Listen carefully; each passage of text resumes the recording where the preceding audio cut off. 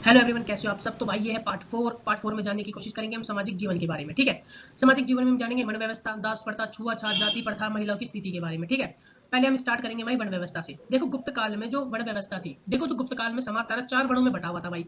ब्राह्मण, क्षत्रिय, वैश्य और शूद्र। ठीक है, ब्राह्मणों को समाज में सर्वोच्च स्थान प्राप्त था। ब्राह्मणों का कार्य अध्ययन कार्य अध्यापन कराना, पाठ पूजा यज्ञ कराना, दान लेना दान देना होता था।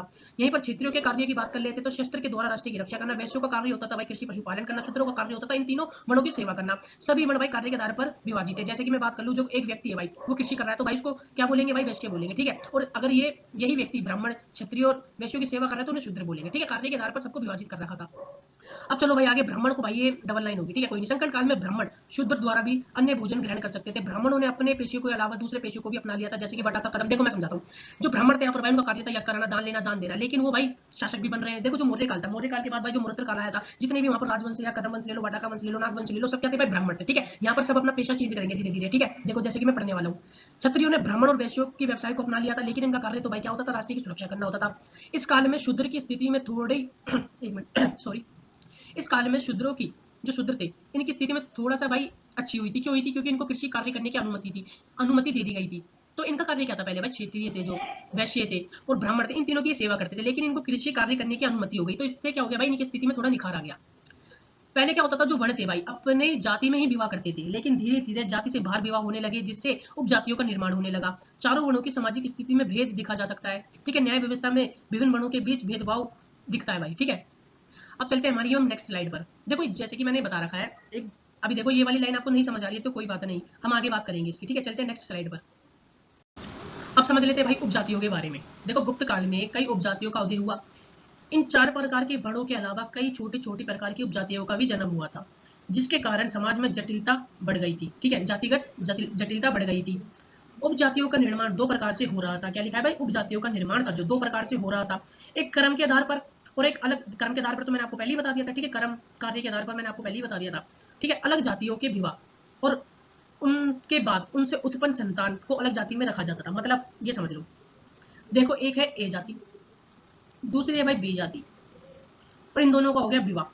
ये है भाई अलग जाति का, ये है भाई लड़की अलग जाति की, तो इन दोनों का हो गया विवाह और इनसे उत्पन्न हुई एक संतान जिसका नाम है भाई सी।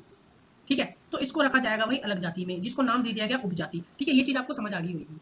अब दासों की स्थिति के बारे में जान लेते हैं। दासों की स्थिति, देखो इस काल में दास प्रथा थी। इसका सबूत हमें नरक स्मृति से मिलता है, जिसमें बताया गया है कि 15 प्रकार के दास होते थे। ठीक है, दास भी भाई कई प्रकार के होते थे, जैसे कि इसमें लिख ही रखा है 15 प्रकार के दास होते थे। मैं 2 के बारे में बता देता हूँ आपको। युद्ध में बंदी बनाए गए दास, ऐसे दास भी होते थे जो ऋण नहीं चुका पाते थे, जैसे कि पैसा वैसा ना भाई, जो चुका नहीं पाते थे वो भी दास बन जाते थे भाई। भूमि अनुदान से दासों की स्थिति खराब हो गई थी। देखो दासों से सिर्फ घर के कार्यों में ही, देखो इसमें लिख रखा है, देखो शुरू शुरू में जो दास थे ना उनको सिर्फ घर के कार्यों में ही रखा जाता था, लेकिन धीरे धीरे स्थिति बदल गई। दासों से घरेलू श्रम के लिए कार्य कराने लगे भाई। दासों पर उसके स्वामी का पूर्ण नियंत्रण होता था जब तक दास आजाद ना हो जाए। ठीक है, अपना ऋण पूरा ना चुका दे, जब तक भाई पूरा नियंत्रण होता था किसका, उसके स्वामी का। भाई इनसे गुलामी भी कराई जाती थी। अब चलो भाई वाली स्लाइड पे देखो इसमें क्या लिखा है, दास वो लोग बनते थे जो ऋण नहीं चुका पाते थे। ये चीज मैंने आपको पहले ही बता दी। इन्हें निश्चित अवधि तक आय चुकानी होती थी। ऋण चुका देने के बाद दास स्वतंत्र हो जाते थे। ठीक है, आजाद हो जाते थे। दास पीढ़ीदार होते थे। अगर बाप, देखो इसमें क्या बता रखा है, जैसे कि भाई किसी ने भाई कुछ पैसे लिए किसी उच्च वर्ग से व्यक्ति से, किसी उच्च वर्ग के व्यक्ति से पैसे लिए और बीच में इस व्यक्ति की मृत्यु हो गई, जो दास है। ठीक है, और इसका भाई बड़ा बेटा, जो इसका बड़ा बेटा है वो गुलामी करेगा किसकी भाई, जिससे इन्होंने ऋण लिया था। इसमें ये बता रखा है। ठीक है, समझ नहीं आया आपको, एक और बार समझा देता हूँ, एक मिनट। देखो भाई ए है भाई मालिक, उच्च वर्ग। ए मान लो ए है भाई उच्च वर्ग, बी है भाई दास। ठीक है, इसने ए से लिया भाई शरण और ये बन गया इसका दास। ठीक है, बीच में ही इसकी मृत्यु हो जाती है और ये भाई इसके पैसे नहीं चुका पाता, तो इसका लड़का इसकी गुलामी करेगा जब तक इसके पैसे नहीं चुक जाते। ठीक है, और इसका कौन सा लड़का, सबसे बड़ा लड़का। ठीक है, समझ आ गई आपको बात। तो ये इसमें लिख रखा है। देखो अकाल के समय गरीब लोग कुछ धन अर्जित करते थे और अपनी दस्तता स्वीकार लेते थे, मतलब दास बनना स्वीकार लेते थे। मतलब देखो जब अकाल पड़ता था, जब गरीबी ज्यादा ही हद से बाहर हो जाती थी, तो ऐसे में भाई धन अर्जित करना तो जायज है। ठीक है, उसके बदले भाई इन पे पैसे तो रहते नहीं थे। अगर पैसे होते तो भाई ये क्यों लेते, ठीक है, दूसरे बंदे से। तो ये क्या करते थे भाई, उनके दास बन जाते थे। तो ये भी आपको समझ आ गया होगा। ठीक है, बिल्कुल इजी पॉइंट लिखे, कोई मतलब एक बार पढ़ो और आपके दिमाग में फिट हो जाएगा। अब बात कर लेते हैं छुआछात के बारे में। ठीक है, अछूतों के बारे में। तो देखो भाई यहाँ पर मैंने आपको दास प्रथा समझा दी थी। इससे पहले वाली स्लाइड में आप बात करेंगे हम अछूतों के बारे में। अछूत कौन होते थे इनके बारे में समझ लेते हैं। देखो फायन के वर्ण के अनुसार गुप्त काल में अस्पृश्य वर्ण था, मतलब अछूत थे। अछूत भाई चंडालों को कहा जाता था। चंडाल को सबसे निम्न दर्जा दिया गया था, मतलब निचला दर्जा दिया गया था। इनको कार्य के आधार पर अछूत कहा जाता था। भाई ऐसा क्या कार्य करते थे जो इनको अछूत कहा जाता था? ये चीज मैंने आपको पहले ही बताई थी। पूरा समाज था भाई कार्य के आधार पर बटा हुआ था, ठीक है, उनका विभाजन हो रखा था। अच्छा इनको अछूत क्यों कहते थे चंडालों को? देखो कार्य के आधार पर क्यों कहा जाता था, ऐसा क्या कार्य करते थे ये कौन चंडाल? देखो इनको इनका जो कार्य होता था वो शवों को जलाना, उनको गाड़ना, मछली मारना, शिकार करना, मांस बेचना, काम इन्हीं का होता था, ठीक है, इसलिए इनको अछूत कहा जाता था। फायन ने भी भाई लिखा है कि जो अछूत थे उनकी स्थिति बेहद ही खराब थी। चंडालों को डोम कहा जाता था, जो एक प्राचीन शब्द है, ठीक है। मनुस्मृति ने चंडालों के कर्तव्यों और कर्तव्यों को निर्धारित किया है, जैसे कि इनको गांव के बाहर रहना पड़ता था, फेंके हुए बर्तनों का उपयोग करना पड़ता था, लाशों और मृत जानवरों का प्रबंधन करना पड़ता था। प्रबंधन का मतलब होता था भाई इंतजाम करना, जैसे कोई लाश है, कहाँ गाड़ना है, कहाँ जलाना है, क्या करना है, ठीक है, वो सब किसके हाथों में होता था भाई? चंडालों के हाथों में होता था। मृतकों के कपड़े और उसके लोगों का ये उपयोग करते थे, ठीक है, जो इनके लोहे के आभूषण होते थे या कपड़े होते थे उनको कौन पहनते थे भाई? चंडाल पहनते थे, ठीक है। जिस स्थान पर चंडाल चलते थे, जैसे कि मैंने लिखा है यहाँ पर, जिस स्थान पर चंडाल प्रवेश करते थे तो उस समय लकड़ी पीटते हुए चलना पड़ता था, ताकि उसकी आवाज से लोग रास्ते से हट जाए और वह प्रदूषित होने से बच जाए। ऐसा इसलिए होता था क्योंकि जो चंडाल थे वो अपवित्र कार्य करा करते थे, ठीक है, तो इसलिए भाई जो लोग थे रास्ते से हट जाए। और हाँ, जो चंडाल थे उनको रात में आने की परमिशन नहीं थी, ठीक है। यहाँ से बात आपकी बिल्कुल क्लियर होगी होगी चंडाल किसे कहा जाता था, कौन होते थे, उनको समाज में कैसे किस निगाह से देखा जाता था, ये सब भाई माइंड में आपके बिल्कुल क्लियर हो चुकी होगी। अब भाई हमने चंडालों के बारे में जान लिया था, छूत कौन होते थे। अब जानेंगे समाज में जो महिला रहती थी उनकी क्या स्थिति थी, क्या क्या थी भाई, क्या स्थिति थी, क्या उनकी दिशा थी उस समय। तो ये मैंने कुछ की पॉइंट लिख रखा है, एक बार मैं मार्क कर देता हूँ। जैसे कि मैंने आपके सामने की पॉइंट्स लिख रखे हैं, इससे बाद स्लाइड में कुछ नहीं जाने वाला है, ठीक है, इसको पढ़ लेना नोटबुक में, इसको नोट कर लेना। फर्स्ट पॉइंट से स्टार्ट करेंगे भाई। गुप्त काल में स्त्रियों की दिशा में गिरावट है। ज्यादातर स्त्रियों को चार दीवारी में ही रहना पड़ता था, यानी कैद रहना पड़ता था। जन्म से मृत्यु तक पुरुषों के नियंत्रण में रहना पड़ता था, ठीक है। अब आ जाओ आगे सेकंड पॉइंट पर। स्त्रियों का कार्य भाई बच्चे पैदा करना और घर के कार्य जैसे रोटी पकाना आदि तक सीमित ना ही इन्हें शिक्षा का अधिकार था, ना प्रशासन में इनको कोई अधिकार था। यहाँ पर पूरी तरह से महिलाओं का शोषण होता था। अब आ जाओ भाई तीसरे पॉइंट पर। कोई समझाने वाली बात है ही नहीं भाई, जब समझाने वाली बात होगी वहां पर समझा भी देंगे।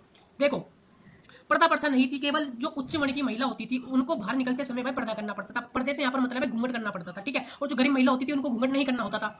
अब आ जाओ फोर्थ पॉइंट पे आपके। देखो उच्च वर्ण की स्थिति को कला, शिक्षा और प्रशासन में अधिकार था भाई, ठीक है, भाग लेने का अधिकार था। ये हमें अभिनव शकुंतला से पता लगता है भाई। थोड़ी बोलने में प्रॉब्लम हो रही है, आप देख लेना, ठीक है, ये लिखा स्लाइड पर। अब आ जाओ भाई आपके फिफ्थ पॉइंट पर। इस काल में बाल विवाह पर जोर दिया गया भाई, मतलब यानी बाल विवाह भी होता था। इस समय सामान्य 12 या 13 वर्ष की लड़कियों की शादी हो जाती थी, साथ ही बच्चे पैदा भी हो जाते थे भाई, ठीक है। इनकी मृत्यु भाई जल्दी हो जाती थी, ठीक है। इस काल में लड़कियों को वेदों का अध्ययन करने का अधिकार नहीं था। देखो बाल विवाह क्या होता है? जो छोटी उम्र में लड़कियों की शादी करा देते हैं, ठीक है, तो भाई जब शादी करा देते तो भाई आपको सब पता है, ठीक है, तो इनकी क्या हो जाती थी भाई? जल्दी मृत्यु हो जाती थी, ठीक है। अभी ये खुद ही बच्चे होते थे तो इनकी क्या हो जाती है भाई? जल्दी मृत्यु हो जाती थी। अब लास्ट पॉइंट देख लो। सती प्रथा का भी यहाँ पर भाई प्रचलन मिलता है। सती प्रथा वह प्रथा होती थी जब पुरुष मर जाता था, जैसे किसी स्त्री का पुरुष जब मर जाता था तो जो पत्नी थी उसको भी उसके साथ सती होना पड़ता था, ठीक है, जिसको हम कहते हैं भाई क्या? सती प्रथा। मतलब चिता पे लेट जाती थी वो, ठीक है, जब उसका पति मर जाता था, जब उसके पति की चिता में आग लगा दी जाती थी तो पत्नी को भी उसके साथ लेटना होता था उसकी चिता पर, ठीक है। अब चलते हैं नेक्स्ट स्लाइड पर। और देखो ये वाला पॉइंट है जो मैंने ज्यादा एक्सप्लेन नहीं किया, ठीक है, आप खुद पढ़ लेना इसको, आप समझदार हो। लेकिन मैं अभी बता दूं जो बाल विवाह है वो ना भी भाई कोई गांवों में होता ना कोई शहरों में होता, ठीक है, इस पर भाई बैन लगा दिया गया है, ठीक है, याद रखना, ये चीजें तो आपको सब पता होगी भाई। नेक्स्ट स्लाइड पर चलते हैं। तो भाई देखो सती प्रथा का प्रमाण हमें भांग के हरिचरित से पता लगता है। जो प्रभाकर वर्धन था ना, इसकी मृत्यु के बाद इसकी पत्नी सती हो गई थी इसके साथ ही, ठीक है। और भानुगुप्त के एरन अभिलेख से भी सती प्रथा के साक्ष्य मिलते हैं। फर्स्ट पॉइंट होता है यहाँ से क्लियर। इस समय देवदासी प्रथा का भी प्रचलन था। ये हमें कालिदास के ग्रंथ मेघदूत से पता लगता है। अब आ जाओ थर्ड पॉइंट पर। इसके अलावा उस समय भाई उस काल में वैश्याएं भी होती थी, इन्हें भाई गणिका भी कहा जाता था। अब आ जाओ चौथे पॉइंट पर। वैश्याएं गणिका एक ही बात है भाई, ठीक है, इनका एक प्रधान होता था जिन्हें भाई कुटनी कहा जाता था। ये भी एक तरीके की भाई वैश्याएं होती थी जो बहुत बुढ़िया होती थी, लेकिन इनका जो कार्य होता था वो दलाली का होता था, ठीक है। अब आ जाओ फिफ्थ पॉइंट पे। इसका साक्ष्य हमें कम सूत्र मुद्रा राक्षस से मिलता है। उस समय ये व्यवसाय काफी प्रचलन में था। इस काल में स्त्रियों को संपत्ति का अधिकार का वर्णन नरक स्मृति से पता चलता है, ठीक है। जो पति की मृत्यु के बाद जो संपत्ति थी पति की, वो उस पर किसका अधिकार होता था भाई? उसकी पत्नी का अधिकार होता था, लेकिन जो उसका बड़ा पुत्र है तो ज्यादा अधिकार उसका माना जाता था, ठीक है। अब आ जाओ भाई सेकंड स्लाइड पर। विधवाओं को पूर्ण विवाह की अनुमति नहीं थी। उन्हें ब्रह्मचार्य का कठोर नियमों का पालन करना होता था और पुत्र के नियंत्रण में रहना पड़ता था। पुरुष महिलाओं पर हावी था उस समय, ये याद रखना। उन देखो ऐसा था ना, जो विधवाएं होती थी उनके जब पति की मृत्यु हो जाती थी तो उनको अपने रिलेशन में ही शादी करनी होती थी, जैसे कि मैंने लिख भी रखा है। उन्हें देखो एक पति की मृत्यु होने के बाद विधवाओं को देवर या कोई संबंधी से के साथ विवाह कर सकती थी, ठीक है। मूत्राशय से पता चलता है कि उत्सव के समय वैश्याएं सड़कों पर भारी मात्रा में निकलती थी और अपने जिस्म का सौदा करती थी। यहाँ से होता है भाई पूरा टॉपिक खत्म। अब मिलेंगे नेक्स्ट वीडियो में नेक्स्ट पार्ट के साथ। जय हिंद, वंदे मातरम। आपको वीडियो कैसी लगी कमेंट सेक्शन में जरूर बताना।